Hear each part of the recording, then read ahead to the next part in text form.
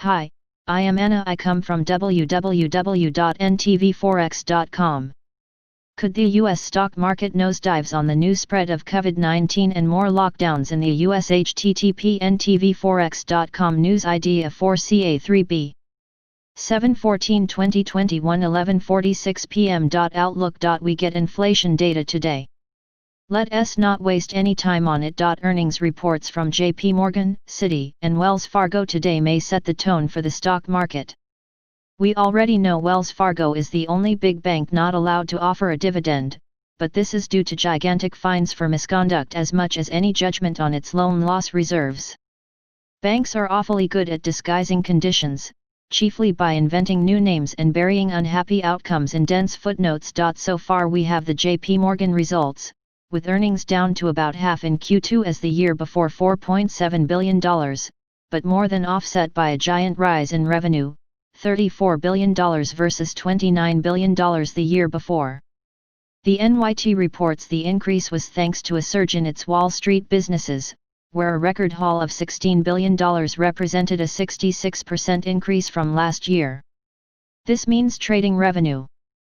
Mr. Dodd and Mr. Frank would not be pleased. The loan loss reserve was increased to almost $11 billion, $9 billion more than last year. We find it interesting that 2/3 of the new loan loss measure is targeted to consumers, including credit cards, not businesses. Does this imply JP Morgan has such a high-quality business loan portfolio it foresees small defaults? Not that $3 billion is exactly small, but it's an interesting set of amounts. Yesterday we had the weird and uncomfortable situation of the dollar rising against the other safe haven currencies, the Swiss and yen, plus driving the AUD and CAD down all day. When commodities and commodity currencies are the leading edge of the bottom is in recovery sentiment. The peso fell, too, although to an easily drawn support line. And yet the euro was firm against the dollar as it was against the pound, if seeing profit-taking against the yen after a big build-up. We guess this disparate performance means a tendency to risk off and the dollar as safe haven again, except against the euro. It appears the euro is less responsive to general risk-on risk-off sentiment as seen in the US equity markets and the dollar against other currencies. We have no explanation for the euro's seeming immunity, which may well be aberrant and temporary. One possibility is that the Bank of England is toying with the idea of negatives rates while the ECB is already there. Another is that the mountain of regulations and red tape looming in the hard Brexit is going to harm the UK more than it will harm Europe, although this is not a known unknown. Europeans can excel at red tape, too. Then there is the superior response to the pandemic on the continent compared to the UK. Finally, we ignore Merkel at our peril. As the long-time leader in the Eurozone and joined by the self-appointed new leader, France's Macron, Merkel has been promoting this week's summit on the overall financial response to the pandemic. She has street cred as well as logic and data. Remember, she is the one who told Trump to go pound sand when he proposed the G7 summit at Mar-a-Lago and wanted to invite Russia back in. This time she has stiffened the backbone of those favoring the $750 billion recovery budget and warned that it's a big problem and calls for a big response, so don't even think about reducing the amount. Yesterday she said that if this summit doesn't get the job done, a second summit might be needed. In other words, straighten up and get to work. The euro might have some serious underlying support on the expectation that the rescue fund will proceed despite the objections of the frugal four. Maybe there is some underlying expectation that the ECB will come up with some when it comes to China. Nothing new this week. There is also some sense that the China Cold War will affect Europe less than others, although it is still forming. Foreign Policy magazine ran a story indicating Europe is increasingly divorcing itself from the US when it comes to China. Despite various fights, China is picking with Europe. Europe is hedging. It is currently in negotiations with Beijing on a comprehensive investment agreement and joint measures to combat climate change. Clinching these deals is a long shot. But if it does come together, just as the US election is taking place, it will send another signal that the United States is losing Europe on its number one foreign policy priority, China. We need to worry about attributing the euro's mysterious firmness to political reasons, although many political effects can bind together to form economic consequences. From this side of the Atlantic, $750 billion is small potatoes compared to the US $3 trillion and more to come, but if you are sitting in Rome, Madrid, or Athens, it's plenty. It would be nice if all the major financial press outlets were to resume interviewing big bank traders, but that vanished about 5 years ago for unknown reasons.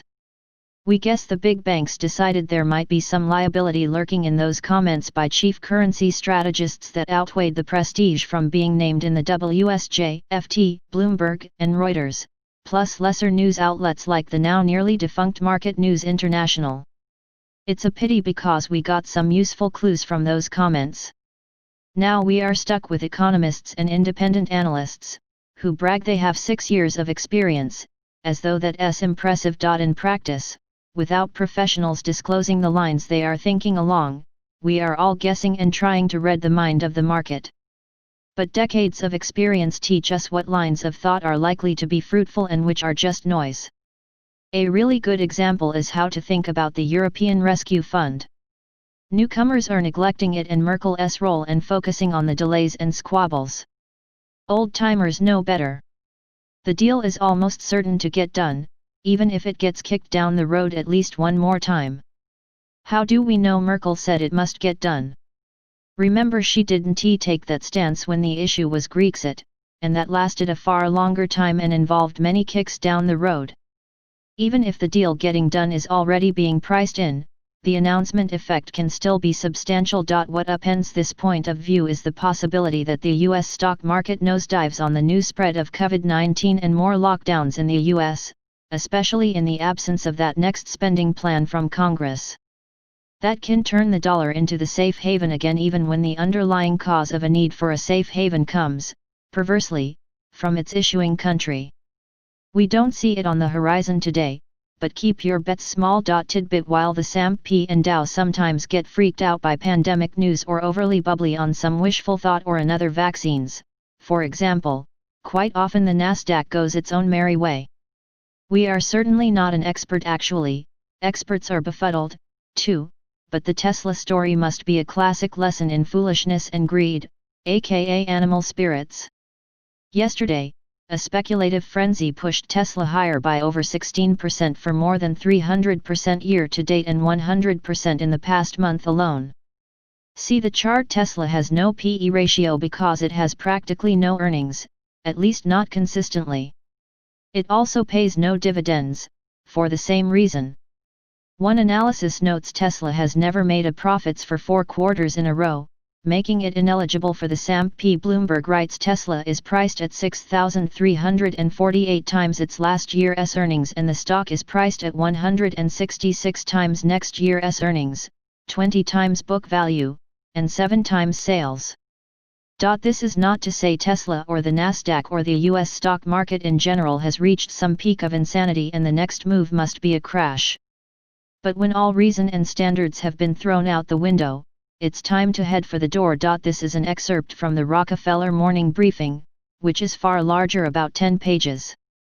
The briefing has been published every day for over 25 years and represents experienced analysis and insight. The report offers deep background and is not intended to guide FX trading. Rockefeller produces other reports in spot and futures for trading purposes. To get a 2-week trial of the full reports plus trader's advice for only $3.95. Click here. Subscribe our channel to receive the news as soon as possible. Thank you for watching.